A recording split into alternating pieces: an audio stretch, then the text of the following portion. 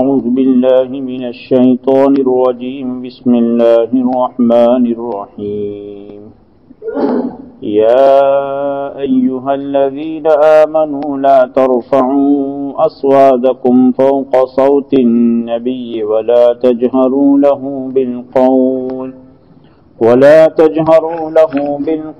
كجهر بعضكم لبعض أن تحبط أعمالكم وأنتم لا تشعرون إن الذين يغضون أصواتهم عند رسول الله أولئك الذين امتحن الله قلوبهم للتقوى لهم مغفرة وأجر عظيم إن الذين ينادونك من وراء الحجرات أكثرهم لا يعقلون ولو أنهم صبروا حتى تخرج إليهم لكان خيرا لهم والله غفور رحيم.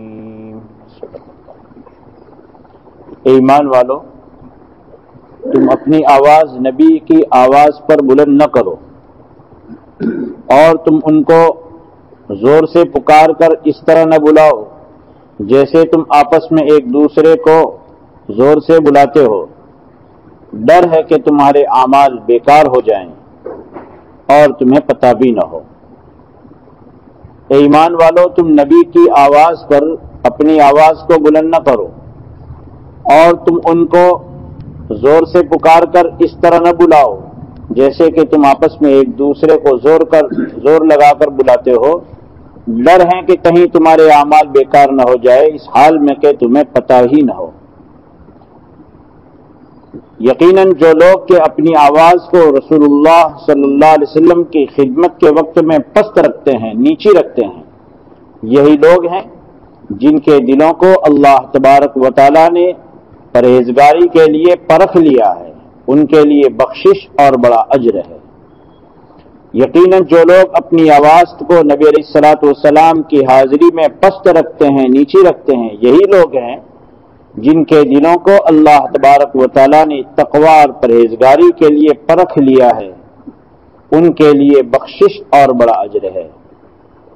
جو لوگ کے کمروں کے باہر سے آپ کو پکارتے ہیں ان میں کے اکثر سمجھدار نہیں ہیں، اور اگر وہ تھوڑی دیر صبر کرتے یہاں تک کہ آپ خود ان کے پاس نکل آتے تو ان کے لیے بہتر ہوتا، اور اللہ تبارک و تعالی بڑے معاف کرنے والے، رحم کرنے والے ہیں. ان آیات میں بھی جیسے پچھلے اتوار کو عرض کیا تھا کہ نبی کریم صلی اللہ علیہ وسلم کے دربار میں حاضری کے آداب بیان کیے ہیں. جب اللہ کے رسول صلی اللہ علیہ وسلم زمین پر اپنی جسمانی حیات کے ساتھ تھے تو اس وقت، اور آج جب اللہ کے رسول صلی اللہ علیہ وسلم اپنی دنیا کی زندگی پوری فرما کر کے اپنی قبر مبارک میں ہیں، تو آپ علیہ السلام کی قبر مبارک پر حاضری کے وقت کے آداب، اور جہاں رسول اللہ صلی اللہ علیہ وسلم کے فرامین سنائے جائیں تو اس مجلس کے آداب رسول اللہ صلی اللہ علیہ وسلم کے ہی آداب ہوتے ہیں. تو حضرت ابوبکر اور حضرت عمر جیسے کہ بیان کیا تھا، ان دونوں حضرات صحابہ میں بنو تمیم پر کس کو ذمہ دار بنایا جائے، ان دونوں نے اپنی طرف سے رائے پیش کر دی تھی اور اس میں تھوڑی آواز بلند ہو گئی تھی. اس پر اللہ تبارک و تعالیٰ نے یہ آیت نازل فرمائی تھی کہ نبی جتنی آواز سے بولیں اس سے زیادہ اونچی آواز سے بولنا نہیں چاہیے. ویسے بھی ادب کا تقاضا ہے کہ بڑوں کے سامنے زور زور سے نہیں بولتے، اور سب بڑوں میں، انسانوں میں سب سے بڑا اگر کوئی صاحب رتبہ ہے جس کا کوئی درجہ اللہ کے یہاں سب سے بڑھا ہوا ہے تو اللہ کے رسول صلی اللہ علیہ وسلم. یوں بھی معاشرے میں کوئی آدمی بہت چیخ چیخ کر بولتا ہو بے ضرورت تو معاشرے میں بھی اس آدمی کی وقعت گھٹ جاتی ہے. لقمان حکیم اپنے بیٹے کو نصیحت فرما رہے ہیں. ان نصیحتوں میں آپ نے یہ بھی فرمایا کہ بیٹا بہت زور سے نہ بول، وغضض من صوتک، اپنی آواز ذرا نیچی رکھ، ان انکر الاصوات لصوت الحمیر، بہت بدی آواز جو ہے وہ گدھوں کی آواز ہے۔ اللہ تبارک و تعالیٰ نے لقمان حکیم نے اپنے بیٹے کو نصیحت فرمائی، قرآن میں نقل کیا۔ اس لیے آپ علیہ السلام کے متعلق حضرات صحابہ کرام رضوان اللہ اجمعین آپ کے چہرے مہرے کو اور آپ کی عادات کو جو نقل فرماتے ہیں اس میں خصوصیت کے ساتھ ذکر کرتے ہیں۔ بازار میں ہر کوئی چکھتا ہے، چیخو پکار ہی چلتی ہے۔ آپ علیہ السلام بازار میں بھی زور سے نہیں بولتے تھے۔ اس پر حضرات محدثین لکھتے ہیں کہ جو نبی بازار میں جہاں کے سب لوگ تھوڑا زور سے ہی بولتے ہیں وہاں زور سے نہیں بولتے تھے، تو بازار کے علاوہ دوسری مجلسوں میں اور دوسرے موقع پر آپ علیہ السلام بالکل زور سے نہیں بولتے تھے۔ اس لیے ہمیں بھی اس کا خیال رکھنا چاہیے۔ اور اسی طریقے سے جیسے ماں باپ کا حق ہے، تو جیسے اللہ کے رسول صلی اللہ علیہ وسلم کا حق ہے، اسی طرح ماں باپ کا بھی ایک حق ہے۔ ماں باپ کے سامنے، اپنے بڑوں کے سامنے ذرا ادب سے بولنا چاہیے۔ آج کل کا ایک برا فیشن چل پڑا ہے، جب بھی ماں باپ کچھ کہتے ہیں تو بچے یہ کہتے ہیں کہ تم کو خبر نہ پڑے، اور بہت زور سے اپنے ماں باپ کے سامنے بچے بولتے ہیں، جھڑک دیتے ہیں، جبکہ اللہ تبارک و تعالیٰ فرماتے ہیں وَلَا تَقُلْ لَهُمَا اُفْ، ہوں اور ہاں بھی نہ کہو ان کو۔ بوڑھے ماں باپ بڑھاپے میں جب پہنچتے ہیں ان کی خوب قدر کرنی چاہیے، اور یہ اللہ تبارک کے رسول صلی اللہ علیہ وسلم کا فرمان ہے، جیسی کرنی ویسی برنی۔ بروا آباکم تبرکم ابناؤکم، اپنے ماں باپ کے ساتھ حسن سلوک کرو، تمہاری اولاد تمہارے ساتھ حسن سلوک کرے گی۔ اللہ کا نظام ہے۔ ایک آدمی ببول کے کانٹے والا درخت بوئے، اس کے بیج لگائے اور امید کرے کہ اس پر اخروٹ آئیں گے، یہ تو خیالات کی بات ہے، یہ تو بیوقوفی کی بات ہے۔ آدمی ببول کے درخت کے بیج لگائے تو اس پر کانٹے ہی آنے والے ہیں۔ آج ہم اپنے ماں باپ کے ساتھ بدسلوکی کریں گے تو تیار رہنا ہی ہے رہنا۔ نظام ہے اللہ تبارک تعالیٰ کا۔ چاہے جس وقت ہم ان سے ہمارے ماں باپ کے ساتھ تڑپ کر بولنا ہو جائے، ان کو ڈانٹنا ہو جائے، اس وقت ہماری اولاد بھی پیدا نہ ہوئی ہو، لیکن وہ نظام بنائے گا۔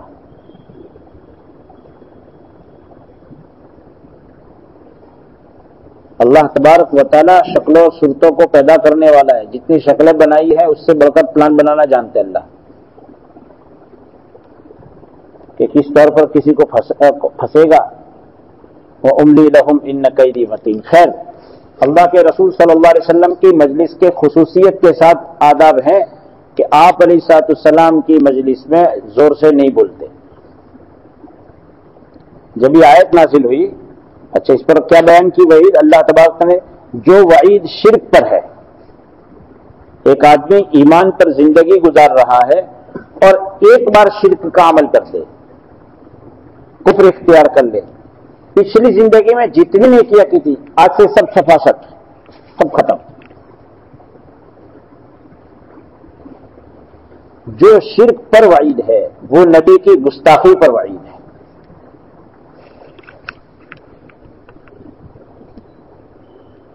ایک صحابی تھے، جب یہ آیت نازل ہوئی، حضرت ثابت بن قیس بن شماس رضی اللہ تعالی عنہ،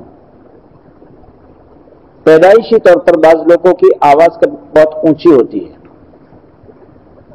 ان کی آواز پیدائشی طور پر اونچی تھی۔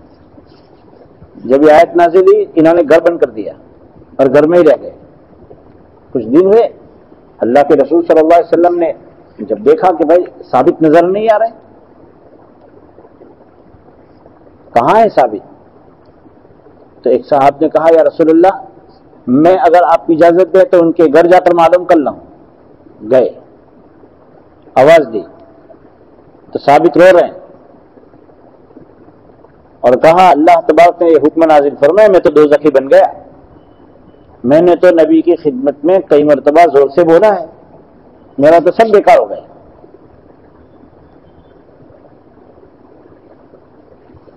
اس لیے اب میں تو نہیں آ رہا ہوں، مجھے ڈر لگ رہا ہے. انہوں نے جا کر کے اللہ کے رسول صلی اللہ علیہ وسلم کو خبر دی کہ ثابت تو اس آیت کی وجہ سے ڈر گئے. آپ علیہ السلام نے فرمایا ثابت کو کہو تم جنتی ہو. جا کر کے خبر دی کہ اللہ کے رسول نے تمہیں خوشخبری دی ہے، تمہارے لیے وعید نہیں ہے، تمہیں بلا رہے ہیں. حضرت انس فرماتے ہیں حضرت ثابت ہمارے درمیان میں چلتے تھے اور ہم کہتے تھے یہ جنتی آدمی ہیں،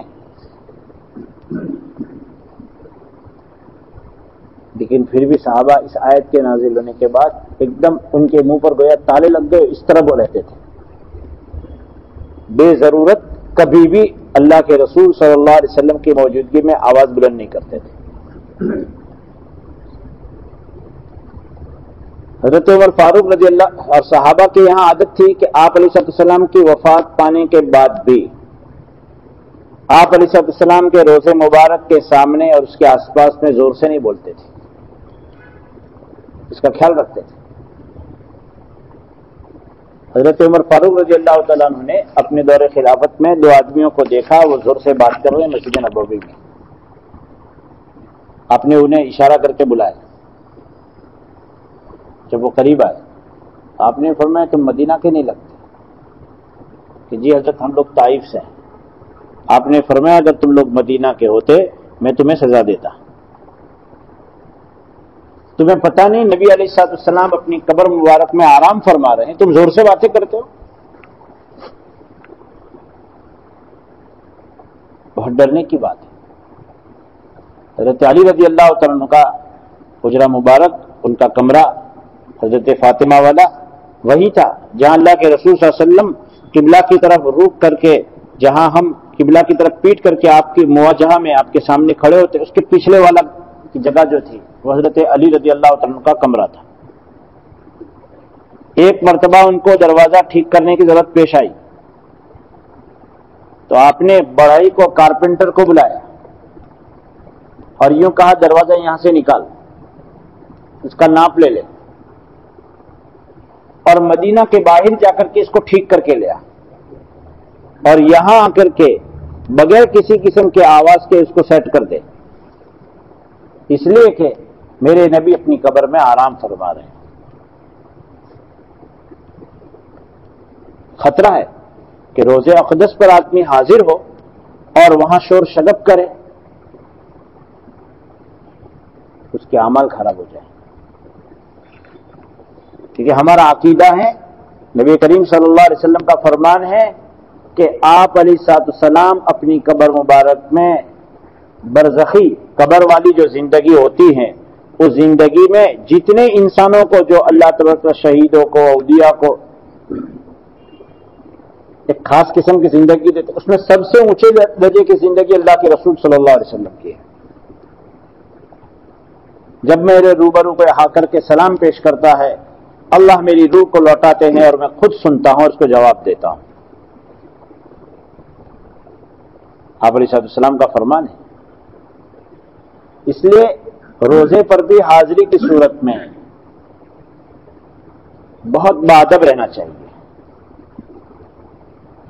ورنہ کہیں ایسا نہ ہو کہ اللہ کے رسول صلی اللہ علیہ وسلم کے قبر مبارک کی زیارت کو قربات میں وہ کام جن کو کر کے اللہ کی نزدیکی حاصل ہوتی ہے ان میں سب سے افضل ترین کام کہا گیا، سب سے افضل کام. اللہ کے رسول صلی اللہ علیہ وسلم کی سفارش کو لازم کرانے والا عمل ہے، لیکن وہاں گستاخی کی جائے اور بے ادبی کی جائے، شور شگب کیا جائے اور اس کی وجہ سے اگر عمل بیکار ہو گئے تو وہ تو شرک والی سزا ہو گئی. لینے گئے تھے نیکی اور ہو گئے گناہ. عموماً روزے پر جانے والوں میں ایسا بہت دیکھا جاتا ہے کہ لوگوں کو اپنی مووی بنانے کا بہت فکر ہوتا ہے کہ میں حاضر ہوا ہوں، اس کا ایک ویڈیو بن جائے.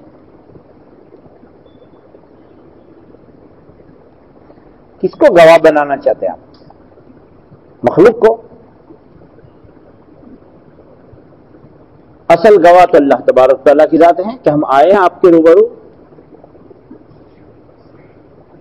حضرت مولانا محمد زکریا شیخ الحدیث حضرت مولانا محمد زکریا کاندلوی رحمۃ اللہ علیہ فضل اعمال والے، نبی علیہ السلام کی پائنتی مبارک کی جو جگہ تھی وہیں بیٹھتے تھے. ایک مرتبہ کہہ رہے ہیں کہ اتنی مدت رہا لیکن روزے کے سامنے جاتے ہوئے ڈر لگتا تھا. پورے اپنے قیام میں 2 مرتبہ روبرو حاضری کی ہمت ہوئی.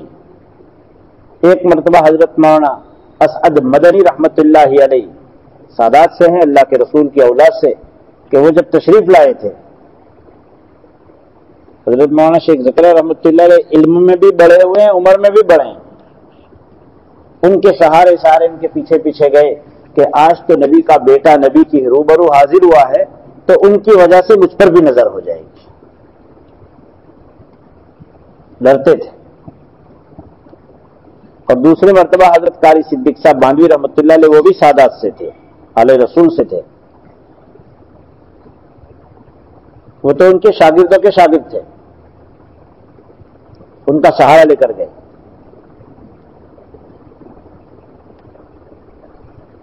اس لیے بہت ڈرنے کی بات ہے. نبی علیہ السلام کے روبرو حاضر ہو کر کے آدمی ویڈیو اتار رہا ہے، تصویر لے رہا ہے، چیخو پکار کر رہا ہے، دیکھو تم دیکھو ہم تم کو روزہ بتاتے ہیں، اور شور شگب ہو جاتا ہے. جہاں صحابہ کرام رضوان اجمعین آپ کے وفات پانے کے بعد بھی زور سے بولنے کو سزا کے قابل عمل سمجھتے تھے.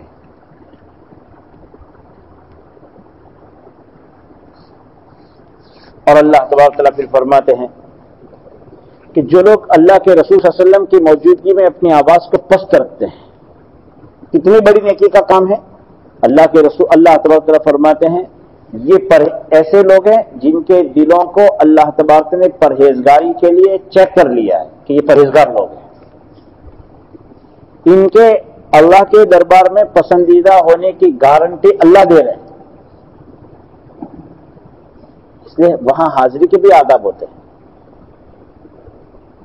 ہمارے گھر میں اگر کوئی مہمان آئے اور وہ مہمان جو ہے بدتمیزی کرے گھر میں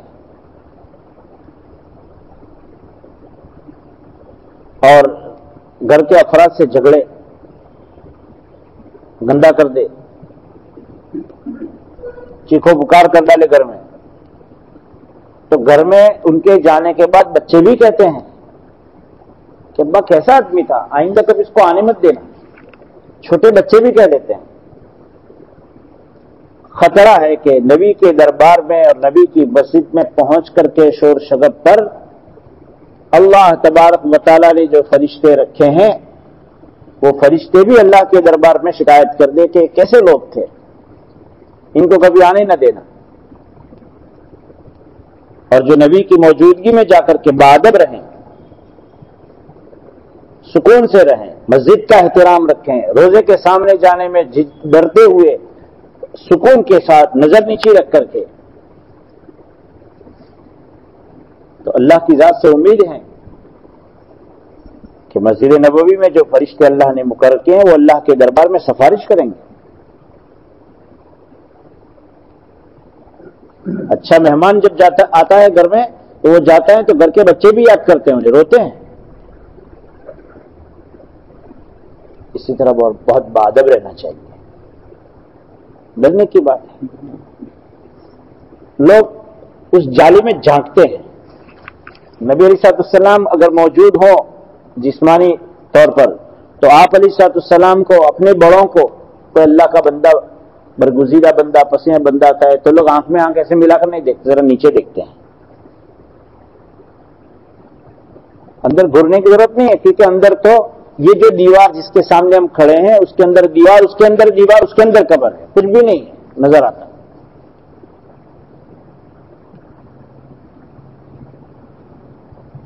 چار کونے والی دیوار کے اندر 5 کونوں والی دیوار ہے، اس کے اندر قبر ہے۔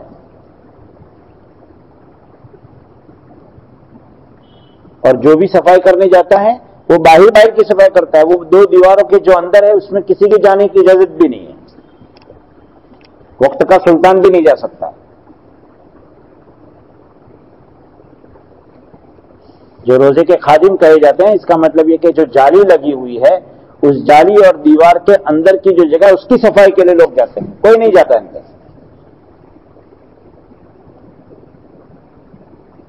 اور لوگ ڈرتے تھے پہلے زمانے۔ ایک مرتبہ مدینہ میں یہ روزے کے اندر سے کچھ گر گیا ہو ایسی آواز آئی، 500-600 سال پہلے کی بات ہے۔ مدینہ منورہ میں اس زمانے میں ایک بہت بڑے اللہ کے ولی تھے، لوگوں نے ان کو کہا کہ آپ جا کر کے دیکھو، کہا میری ہمت نہیں ہے۔ لوگوں نے ان کو بہت عاجزی کی، تو کہا جب تم کہتے ہو تو 1 مہینہ کے بعد 1 مہینہ تک لگاتار روزے رکھے اور 1 مہینہ تک لگاتار رات میں اللہ کے سامنے عبادت کرتے رہے، روتے رہے کہ تیرے نبی کے قدموں میں جانے کے لیے میں اس لائق نہیں ہوں۔ ڈرتے تھے کہ کہیں ہماری اپنی کوتاہی کی وجہ سے ہم محروم نہ ہو جائیں۔ انہوں نے اندر جا کر کے کہا کہ وہ دیوار کے اندر کی جو دیوار ہے اس کا ایک حصہ گر گیا ہے۔ اس کے بعد کوئی نہیں گیا۔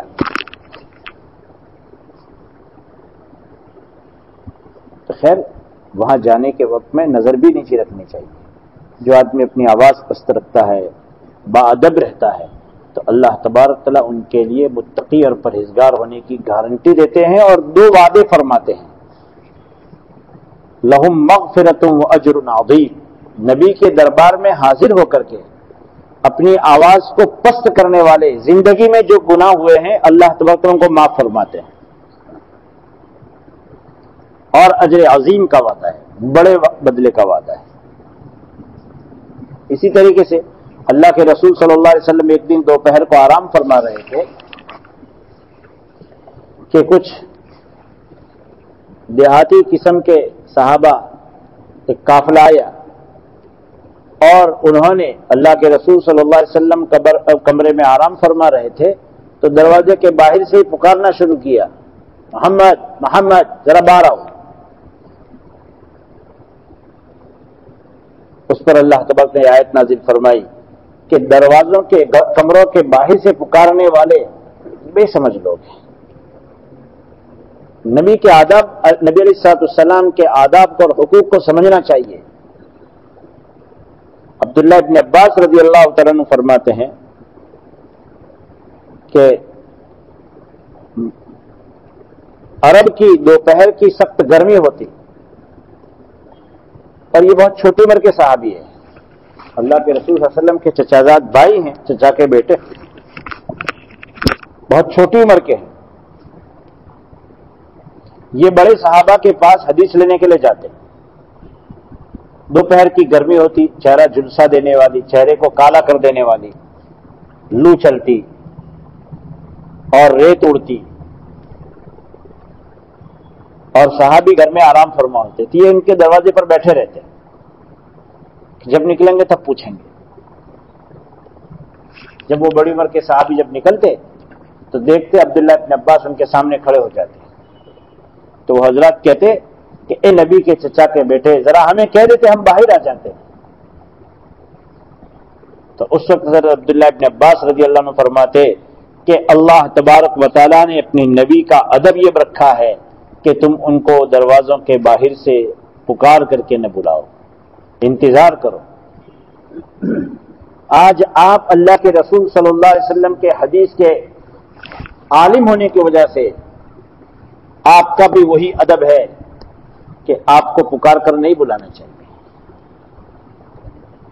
اس لیے ہم انتظار کریں گے، کہ نہیں ہم کہتے ہیں کہ نہیں ہم نہیں بلائیں گے، ہم انتظار کریں گے۔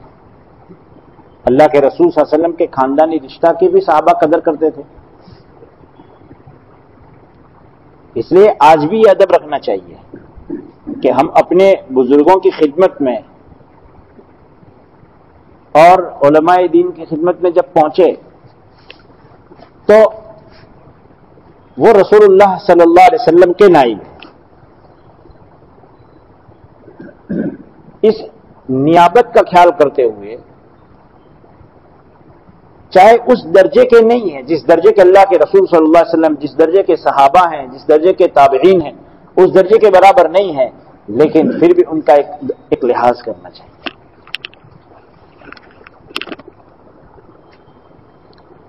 اللہ خود فرماتے ہیں اگر صبر کرتے، یہاں تک کہ نبی کریم صلی اللہ علیہ وسلم خود اپنی نماز کے لیے کسی ضرورت کے لیے باہر آتے، تب ضرورت کی بات پوچھتے تو یہ لوگوں کے حق میں بہتر ہوتا. لیکن خیر جو ہو گیا سو ہو گیا. پہل مسئلہ تھا، انہیں واقفیت نہیں تھی کہ یہ ادب ہے اللہ کے رسول صلی اللہ علیہ وسلم کا. اس کے بعد اگر پتہ چلنے کے بعد آدمی کوتاہی کرے تو بہت خطرے کی چیز ہے. کہ پچھلی زندگی میں جو ہو گیا، اللہ تبارک تعالیٰ بڑے معاف کرنے والے بھی ہیں، رحم کرنے والے بھی ہیں. تو ہمیں بھی نبی کریم صلی اللہ علیہ وسلم کے روز مبارک کی اللہ تبارک تعالیٰ بابرکت حاضری نصیب کرے. جب بھی حاضری ہو، جب اللہ کے رسول صلی اللہ علیہ وسلم کی احادیث مبارکہ یہاں پڑھی جا رہی ہو تو اس زمانے میں بھی ہمیں صحابہ کے انداز پر بہت باسکون باادب رہنا چاہیے. اور روزے پر جانے کے وقت میں موبائل کو تو پکڑنا ہی نہیں چاہیے. بہت ڈرنے کی بات ہے، محرومی کی چیز ہے، محرومی کی چیز ہے. نظر نیچی رکھتے ہوئے اپنے کان میں زیادہ سے زیادہ آواز پہنچے اس طور پر ذکر اللہ کے رسول صلی اللہ علیہ وسلم پر درود پاک پڑھتے ہوئے جانا چاہیے. چاہے جائے کہ آدمی جرأت کی بات کرے، خطرے کی چیز ہے. اللہ تبارک تعالی ہم سب کی پوری پوری حفاظت فرمائے. سبحان اللہ.